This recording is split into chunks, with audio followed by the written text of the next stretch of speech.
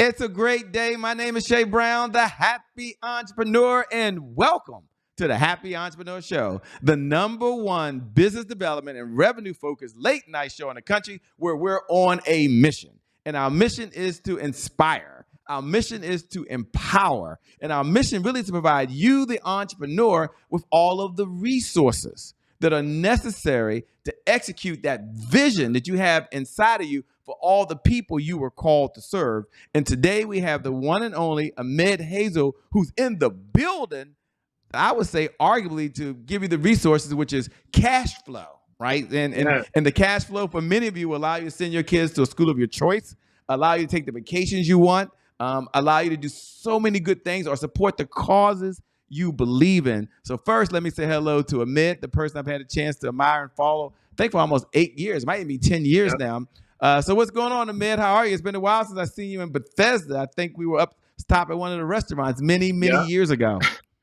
Thank you, Shay, for having me. I'm so excited to just share and be connected again. I'm glad we were able to cross paths again. I'm looking forward to this.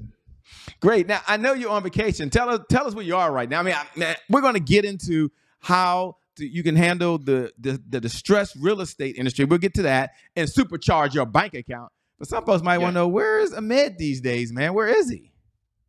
Right. So right now, I'm in North Carolina at the Outer Banks.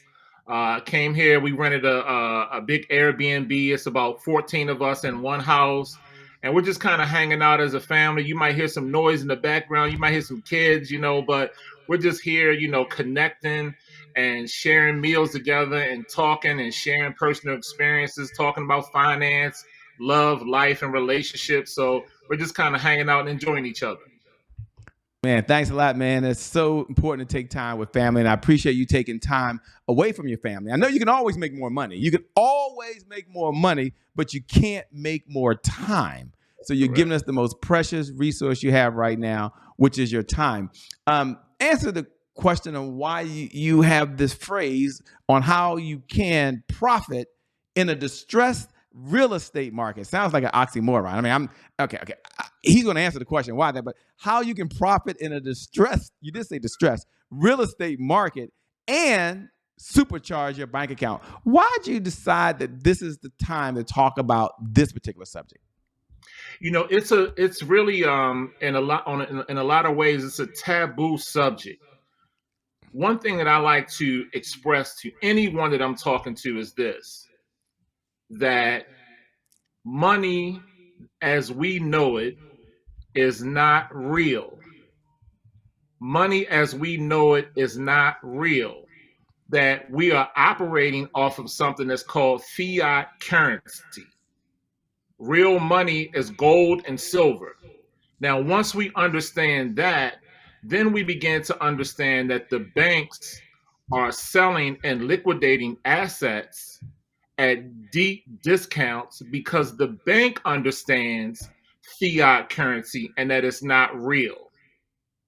So the bank will sell us assets at dirt cheap prices just to get them off of their books, because the banks are not in the real estate market. The banks are in the currency and capital markets.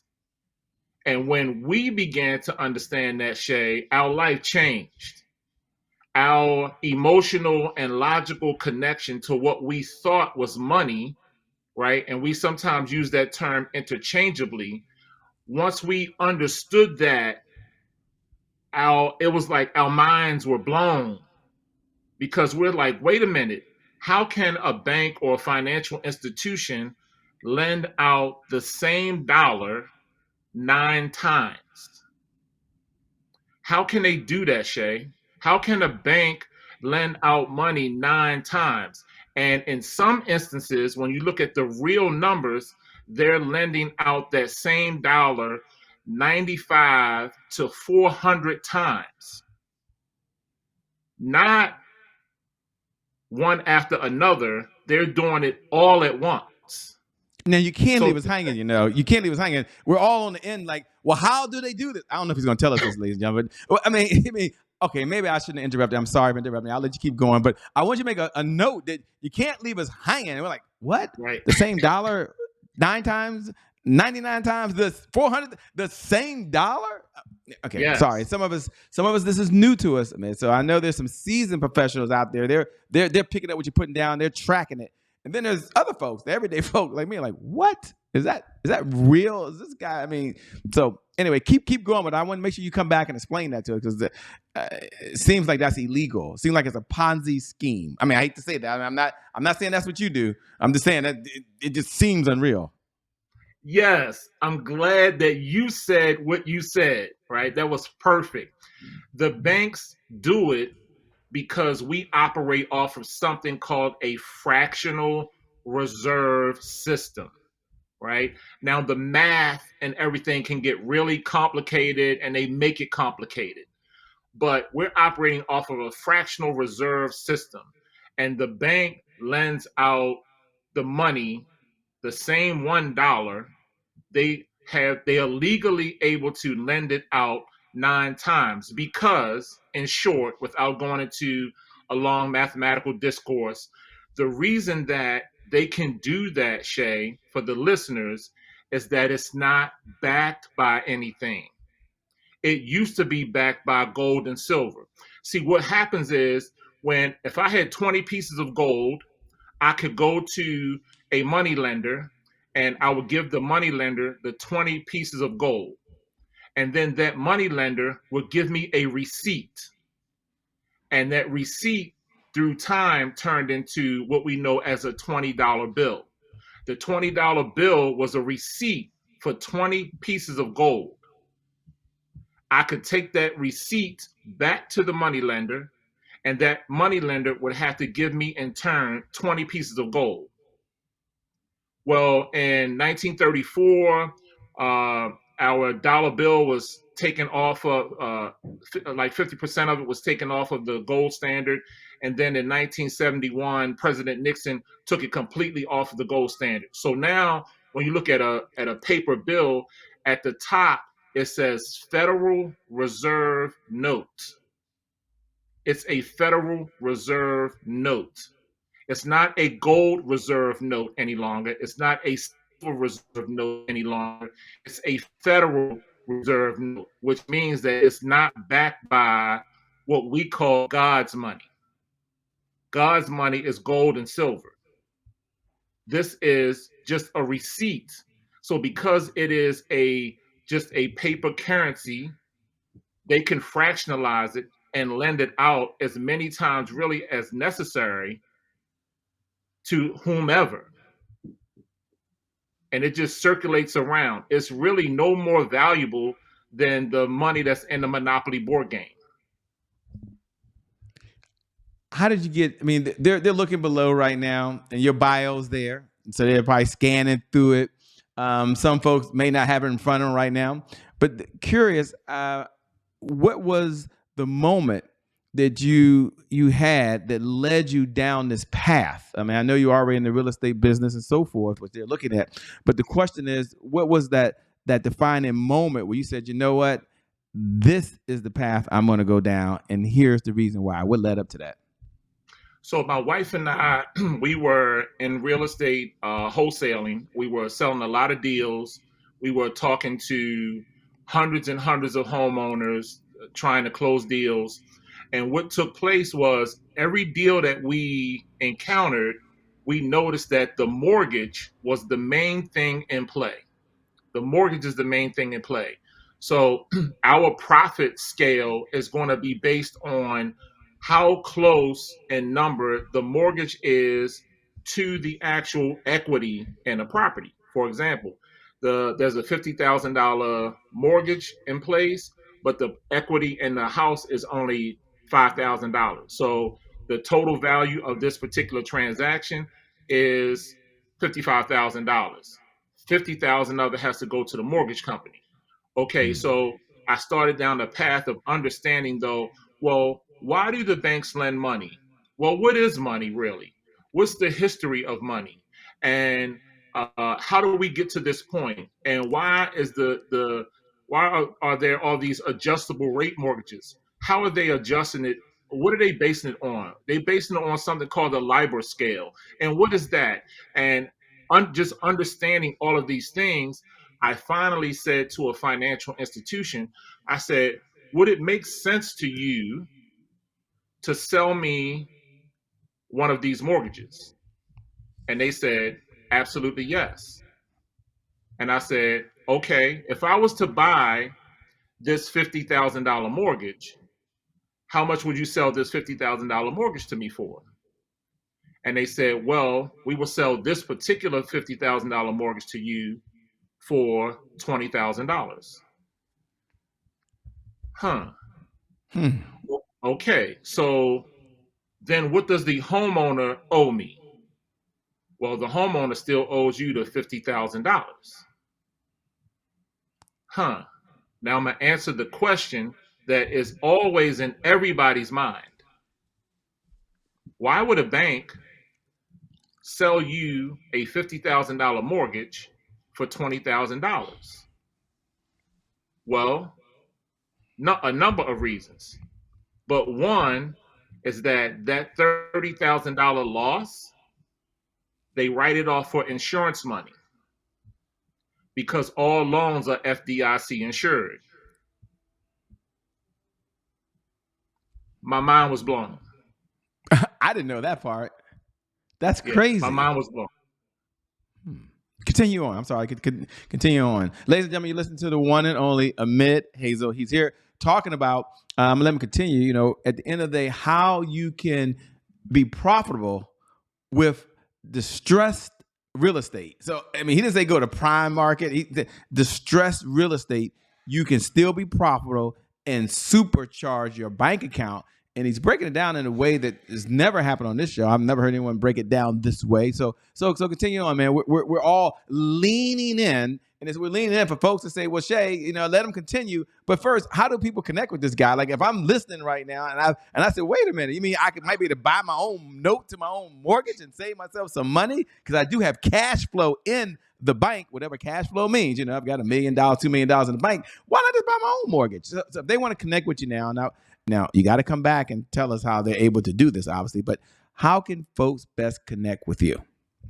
So I think that one of the best ways is that you can find me on Instagram, Facebook, all social media platforms. I'm always under my first and last name, Amed Hazel. That's my only handle that you'll find me at on social media. You can always inbox me.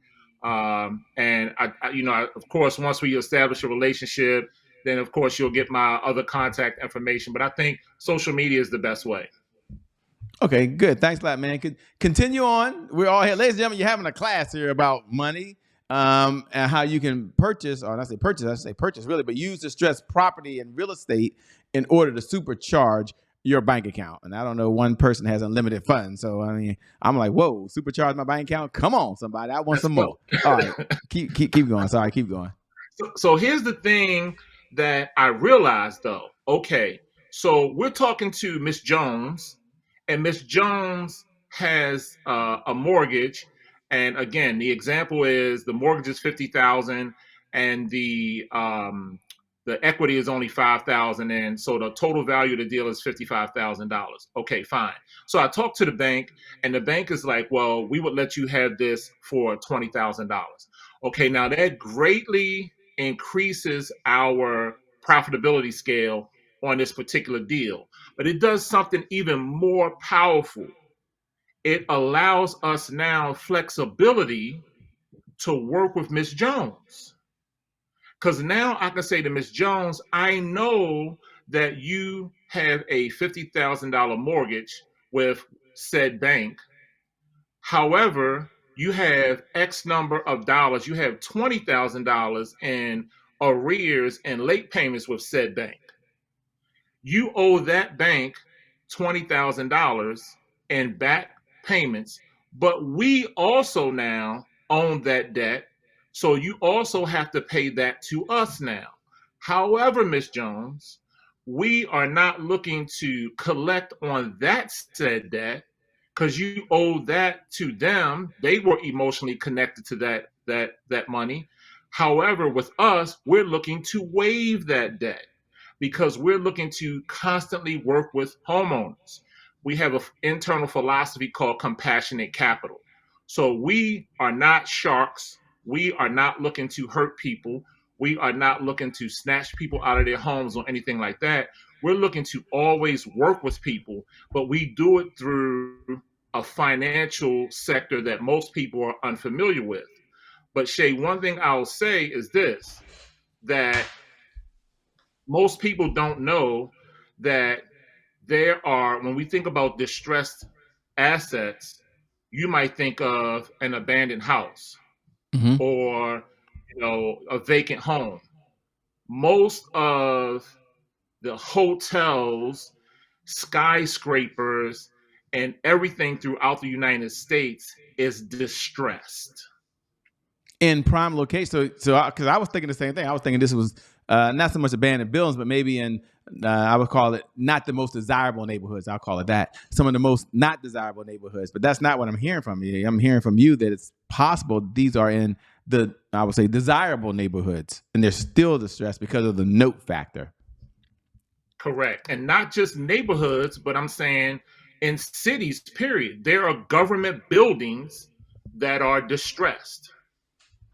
They are not able to make their mortgage payments.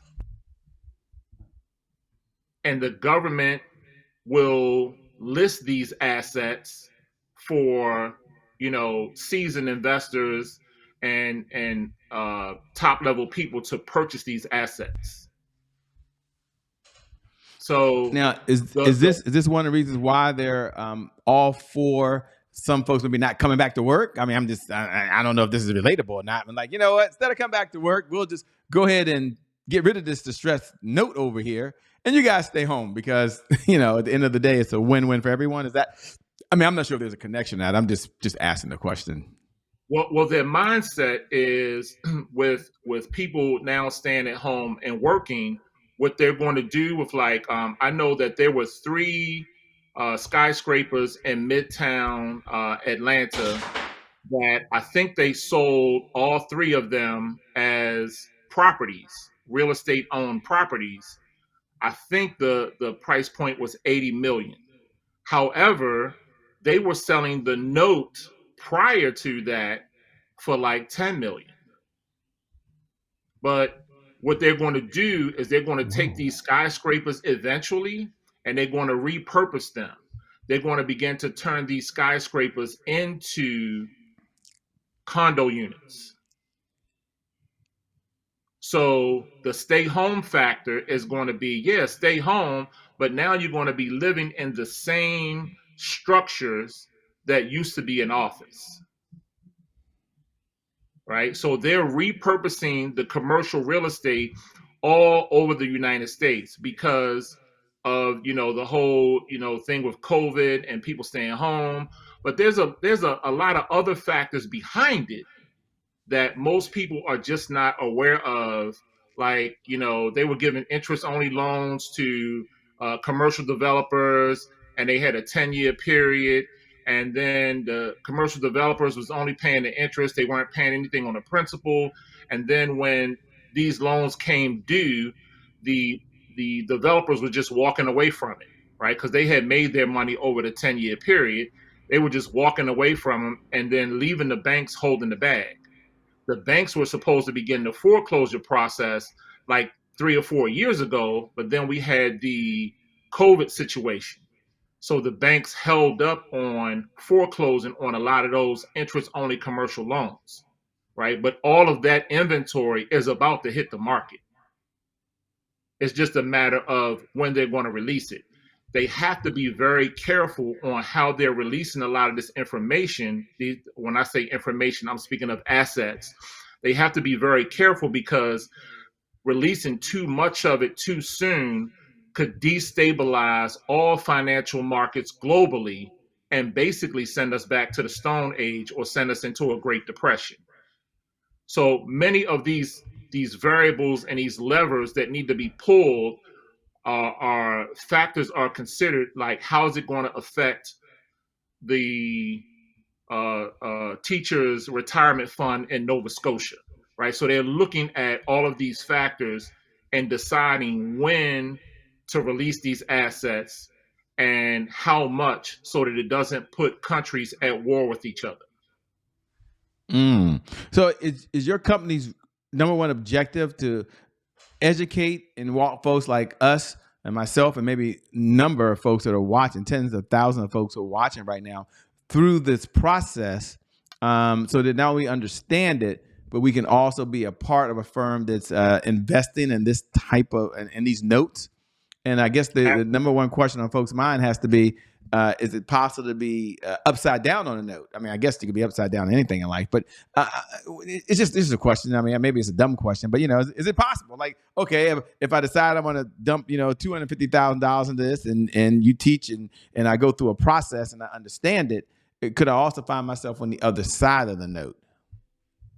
And just before I answer, for clarity, when you say the other side, give me a color I mean, around upside down. So I purchased this note from the bank for $20,000. The mortgage guy owes me $50,000. I purchased the note at $20,000, and the bank made money, and now I have the note. Is it possible that same note that was $20,000 later could be devalued because the bank's still letting out more and more dollars? So I found myself down some more. So what happens, though, I got you. Thank you so much for that clarity. So what happens is we have a number of different strategies that we use to prevent that from happening.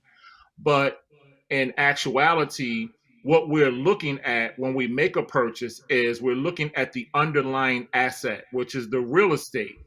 So how much is the real estate really worth? Now, if the bank is saying, for the example that we gave, if the bank is saying, well, we'll let you have this for 20,000, I want to make a smart decision and make sure that the value of the real estate is 60,000. Right? I want to make sure that I have plenty of equity upside to be able to have a cushion in case something does happen. However, I do want to add the disclaimer that in any investments, anytime you're making any investment, it's possible to lose 100% of your capital, right? That's just the nature of investments. Anything can happen. So, but we try to make educated decisions based on the value of the underlying asset. And that's how we keep from being upside down. So if I'm looking at a deal and again, the bank wants 20, the mortgage is 50, I want the property to have a nice equity piece, a nice equity upside where I could say to Miss Jones, listen, that $20,000 we're going to forgive, but then we're going to get you on a lower monthly payment so that you can stay in your home. And if you don't want to stay in your home, that's fine too. You could just give us the home back, and then we'll sell that home on the open market for, say, 45,000. If it's worth 60, we'll be just we'll just get out of it. I love it. And last question I have is, we're coming down the home stretch. First, give them how they can best connect with you, and second, where does this passion come from that you have to serve and help other folks? Because it seems to me, you didn't have to be here today or this morning or this evening, this afternoon, whatever time they're watching right now, that you could be at the beach. You got 14 individuals in the home, man. That's kind of cool. I've done that. I'll be with the in-laws, and we're doing the exact same thing out in, we're going to Riverside and then the Valtura, I think, California. So I feel you. You could be doing something else right now. And the question I'm asking him, Amed Hazel, who you're watching right now, is, where does this passion come from? He has to help other folks when he could just take all the coins and just, we'll be just fine over here. Yeah. Initially, I started out with that mindset. I started out with the mindset that I don't want anybody to know about this, that we're just going to profit from this and we're just going to ride it into the sunset and forget about everybody else. But then I started noticing something happening that scared me. And it was, wait a minute, like, we're profiting, but my family, my extended family is suffering, right? We're having extended family members talk about how if they just had an extra $500 a month. And I'm like, wait, what? $500? That's easy, right? And then I started noticing too that when we were going on vacation, we weren't going on vacation with our friends and family, that we had to find other people that were in our net worth bracket to go on vacation with. And I started thinking, wait a minute, like my mother would not be proud of me behaving like this, especially when we came from our upbringing was definitely not a silver spoon.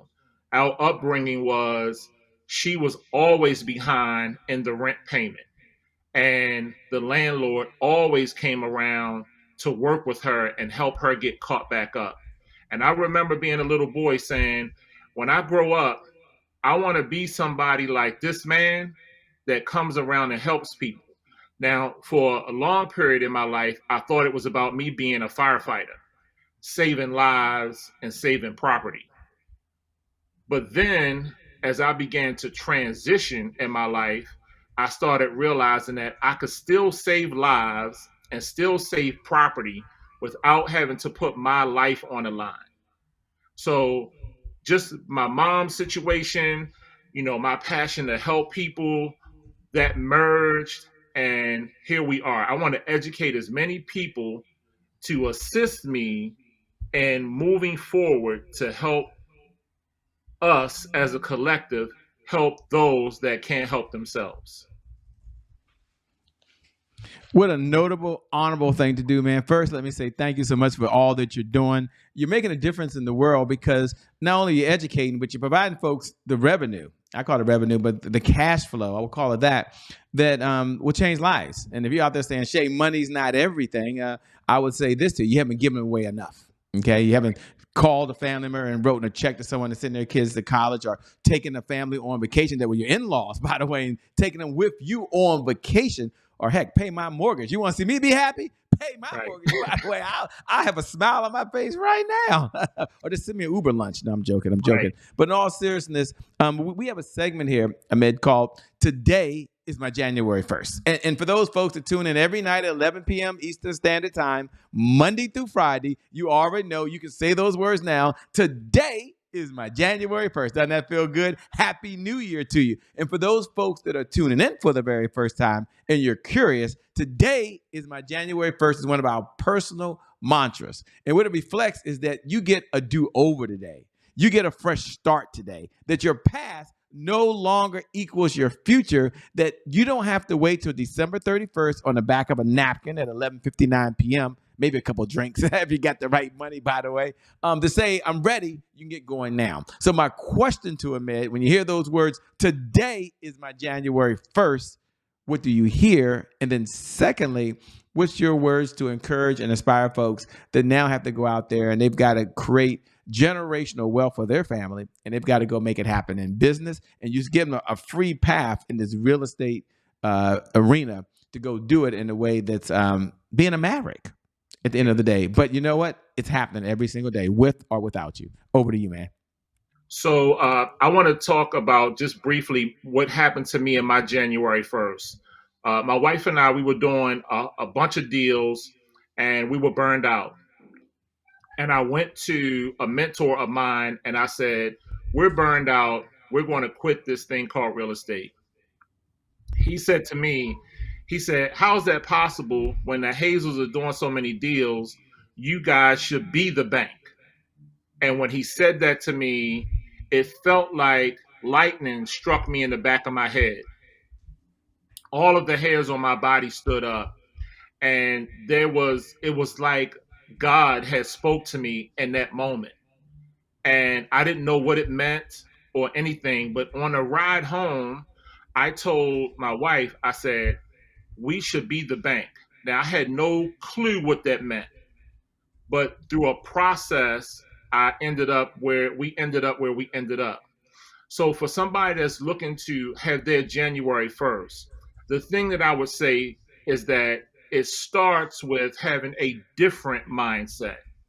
Me and my mom used to play a game. She used to say, if you had all of the money in the world, what would you do? And I would say, well, I would go to the candy store and I would buy candy. And then she would say, okay, and then what would you do for your sisters and brothers? And then I would go through a process of naming what would I do for my sisters and brothers. And then she would say, okay, now what would you do for the community? Well, I would do, I would build a new playground and things like that. And she said, well, it seems like all the stuff that you're doing for other people is really also serving you as well. She's like, so what would you do for the world? And I had to start thinking, right? I was a kid at the time, but what she was doing was she was taking me through a process, probably unconscious on her behalf. She was taking me through a process of being able to think outside of the box, right? Most people are still stuck thinking inside of the box. If you can just say, if I could change the way that I think, how can I help more people? I know you need help, but how can you help more people? How could you help 200 people at one time, 500 people at one time? Sometimes when we're doing deals, we're doing them in that bulk, 500, 1,000 deals all at once. It's totally possible to do. It's just the switch of a different lever. So you can change your life by thinking differently. That's one of the main things that we offer is we offer the opportunity for people to think differently. That's the conventional way of looking at the situation. What if we turn the situation around this way? What if we take the distressed asset and instead of going after Miss Jones, what if we say, Miss Jones, we want to help you and we're going to forgive that. Well, you're throwing away $20,000. No, I'm not throwing away $20,000. I'm paying that $20,000 to the universe, and I'm offering a hand to Miss Jones to say that if you're open and you're willing, here's an olive branch. Here's a hand up, not a hand out, but a hand up to help you get up out the situation. Now there are times that we have to, be a little sharkish with people to make them get out of their funk. However, though, the intention is to help people up and not pass handouts out. So your January 1st is today with just having a different mindset, understanding that just in your thinking alone, you can totally change your situation. Just with thinking a different thought, right? We think to grow rich, right? That's what the mission is, to think to grow rich. And we are doing it through private banking and distressed assets that focus around real estate. Said so well, man. First, let me say thank you so much for being on the Happy Entrepreneur Show. We appreciate you. We admire you. I know you got to get back with the family, but I'm glad you're here today. I'll tell you, I've been educated. I've never been in this type of conversation, so I'm looking forward for the follow-up as well. And for you, the viewer that's watching, by the way, thank you for being here. Let me ask you one more time, Amed, how can they best connect with you? Reach out to me on social media, Facebook, Instagram. I'm on there a lot. You can just shoot me a message in the DM. I'll respond right back. My handle is Amed Hazel, AMED HAZEL. I'll always get back to you. So even on Facebook, shoot me a messenger and I'll get right back to you. Wow. Thanks so much for being here. And thank you, the viewers, for being here. We appreciate you. I want you to know as you're watching, as you're listening, you're awesome. And that today is indeed your January 1st. And for you, because of that reason, your best is still yet to come. Your best is yet to come. Your best is yet to come. With that being said, my name, by the way, in case you forgot, by the way, is Shay Brown, the Happy Entrepreneur. Make it a great day, everyone. And I promise you from the bottom of my heart, we'll make some good things happen. We connect again next time. Remember this, time is long. Life, on the other hand, well, it's very, very short. So you got to live in that moment and you got to make it count. God bless me. Wish you success. We out. Peace. Thanks a lot, Amed. See you soon. Thank you, Shay.